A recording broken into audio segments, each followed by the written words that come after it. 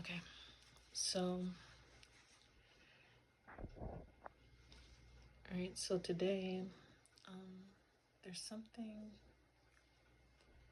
I felt very compelled to discuss for honestly a long time, like years, decades, maybe as long as I can remember. But today, um, and just really recently, like in the past few weeks, that urge has just gotten to, I guess, a boiling point. Um, and the reason I wanted to bring it up specifically today, well, I was going to record this yesterday, but life, so it ended up having to be today. Well, as many of you may know, today is Chinese New Year, Lunar New Year, and we've moved from the Year of the Serpent into the Year of the Horse. And I guess I just want to reflect on the Year of the Serpent, not with regard to the astrological significance of it, as far as the mythos of the Chinese zodiac, because I'm not super knowledgeable there, but just the concept of snakes and how I relate them to people and just, I guess, the human experience. So, you know, I've always kind of, had an affinity for animals and such. So snakes were, no exception, even when I was a child. And especially as I started getting older, I always thought, snakes get a bad rap. They're just animals. They're just trying to survive. And maybe a month or so ago, or could have just been a few weeks ago, I'm not sure, but I came across people were discussing like their pets, snakes, and they were talking about the way that they shed. And one person mentioned like the fact that they don't, like, snakes don't have eyelids, so when they shed, the skin on their eyes crusts over too, and it sheds too, because, like, the whole thing comes off all at once. And of course, shedding and that kind of process isn't unique to snakes, but just the reason I relate them to humans is because of the way humans sort of anthropomorphize snakes. Like, not necessarily the people who keep them as pets, but like people who dislike them as animals, as living things. And they just perceive them as like an immediate threat, and it's always a threat. There's never, and I get the reason. There are a lot of snakes that are venomous, and it's, hard to tell which is which sometimes. Well, a lot of the times, especially if you don't know what you're looking for. But it's just interesting because even like the concept of, how they call people who they view as treacherous snakes, right? And, the biblical connotation of snakes, there to deceive, and sort of applying this intention, this malice to the actions of the animal, or the actions of people in general. Like, the thing is, I see snakes and I see people, and just animals in general, of course, but like, they're all just kind of scared animals trying to survive, right? And I don't know, I think it's because lately I've been noticing more strongly, or just more often, more frequently, I've been kind of noticing how often people assign malice and attribute malice to others without any consideration of an alternative. And it's like, I don't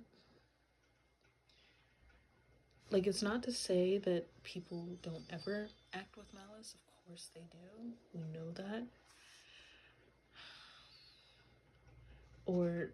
And it's also not to say that when they do act with malice that, they should not be held accountable for whatever they're doing, or, they should, be forgiven because that's like the appropriate response or something, whatever. That's not at all what I'm saying. It's more so that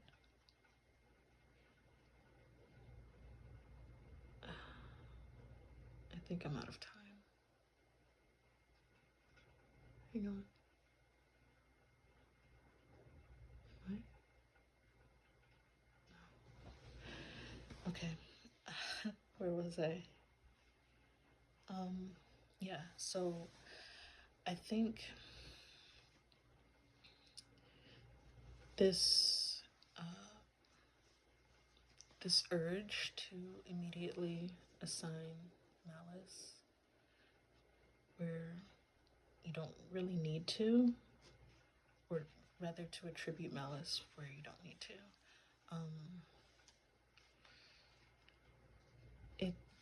It feels like a way for people to avoid their own accountability. How do I explain this? It's like,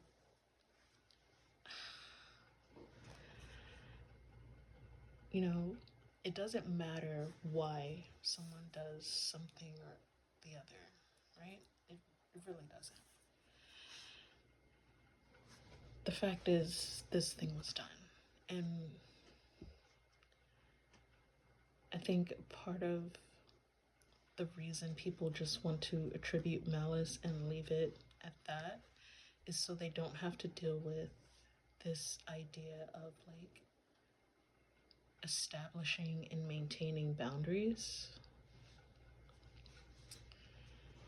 And they also, a lot of times I've noticed, these same people don't want to take accountability for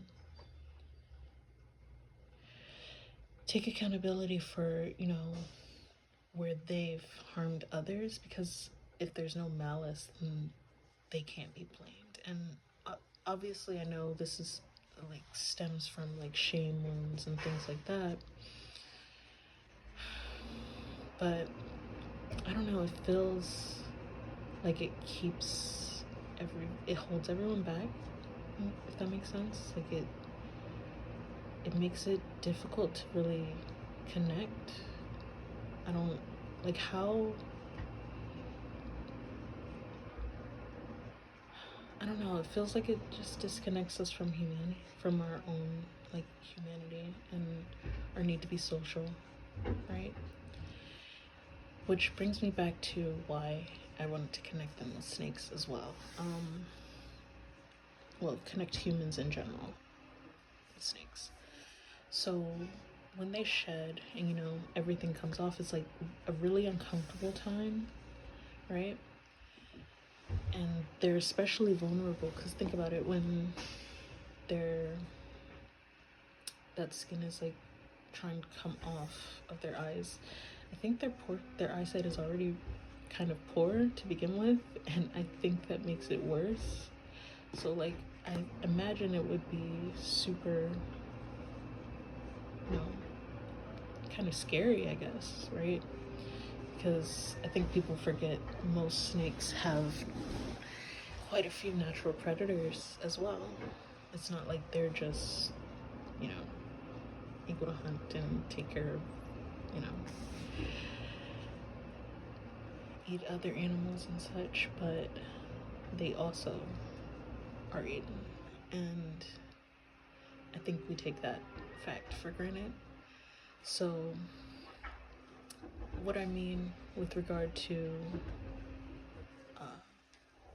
snakes and the shedding process, it seems like people, like in this way, I'm comparing it to what triggers people.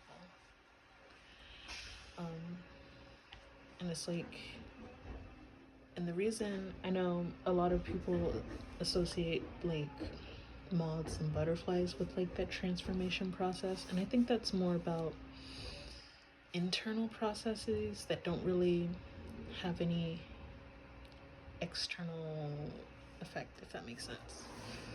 Like, that don't have any external influence. That's what I was trying to say. Jesus. But for me, snakes really, like that whole shedding process, it really feels like, or rather I relate it directly to triggers. Like, I guess trauma triggers specifically. Well, that's what triggers are, but yeah, so yeah, I related to that, and especially with the fact that, well, this is the reason they're ongoing, right? There's something that always comes up, and you always have to go through that process of shedding it again. And I think this past year, the year of the serpent was really, for me personally, it felt like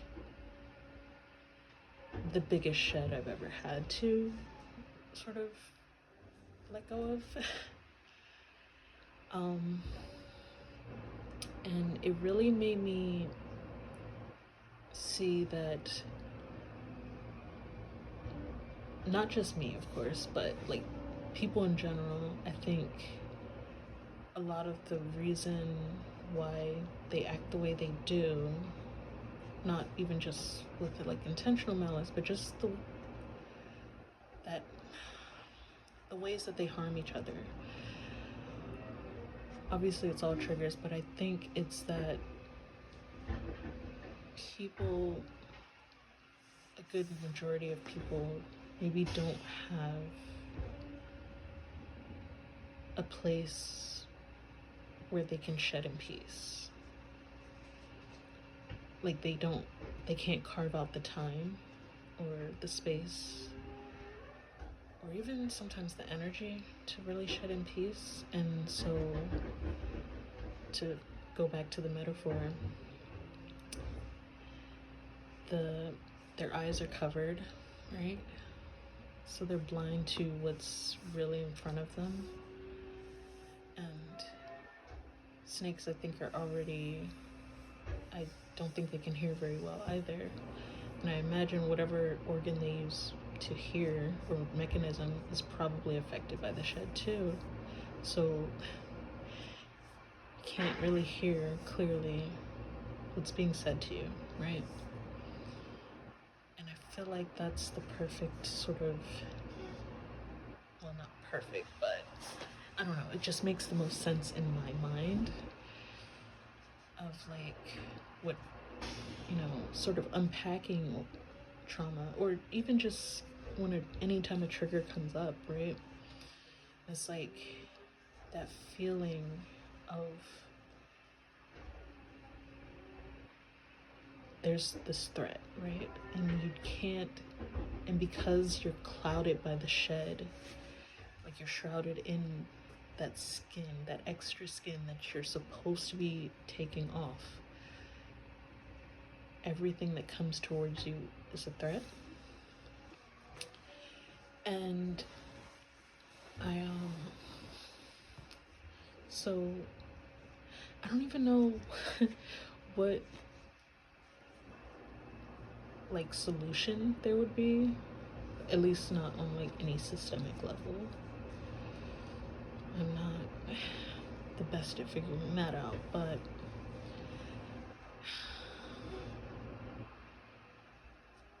and of course this concept of just having a place to actually, kind of lick your own wounds and do so in peace without, external forces or external influences isn't new. This isn't an original idea. It's just, I don't know if anyone's ever talked about snakes specifically in this context. But anyway, there's something to me that's kind of, I don't know. It's like, I don't know, there's something important to me about that shed and about being able to finally take it off. And I think, for me personally, I have many sheds, of course. Call me Medusa, right?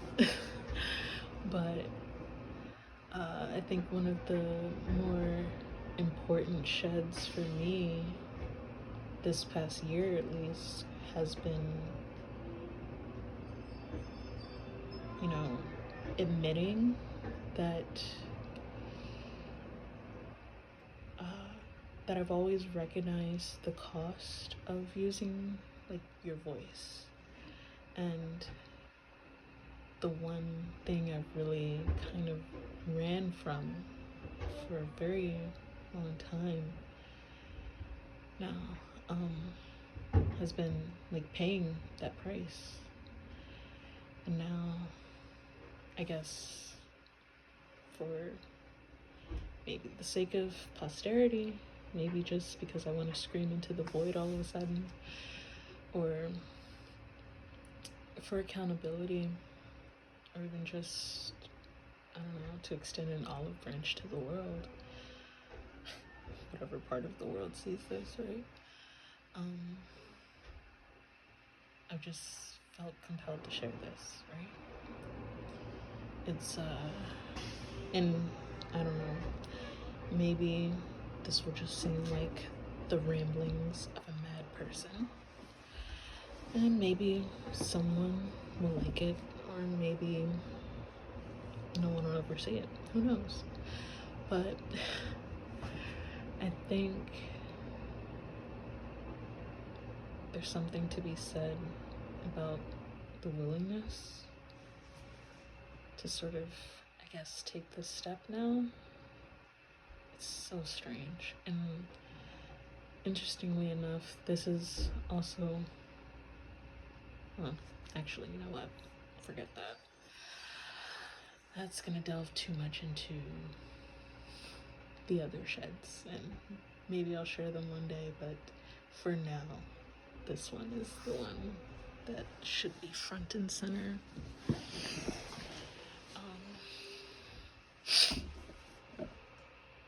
And so, following the metaphors about the shed,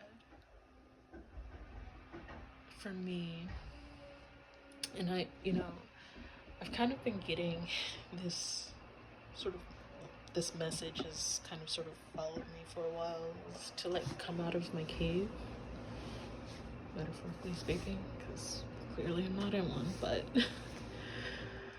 it's like, there's been this overarching theme of, like, media and, encounters I've had, even with strangers, that just kind of really, over the past year, I've noticed they've kind of been echoing this,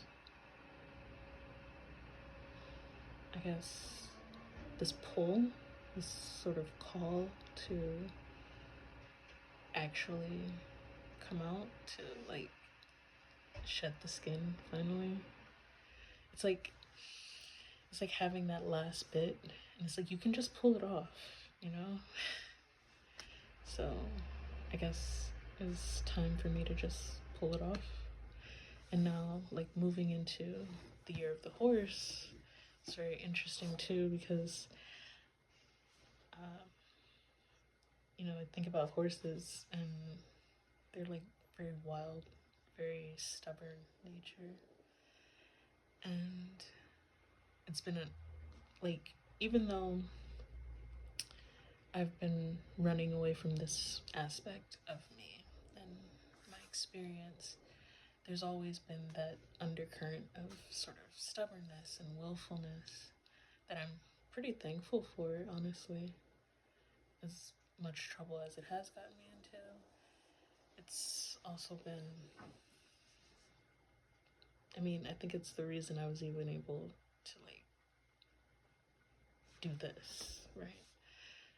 So, I guess with the year of the snake, it was, the message was like, shed the skin, do it. And then now, year of the horse is kind of like, don't let your spirit be broken. Charge forward, you know? So, I don't know if anyone would resonate with that idea. If you do, maybe tell me about it. I'm open to listening. But if not, enjoy your new year anyway.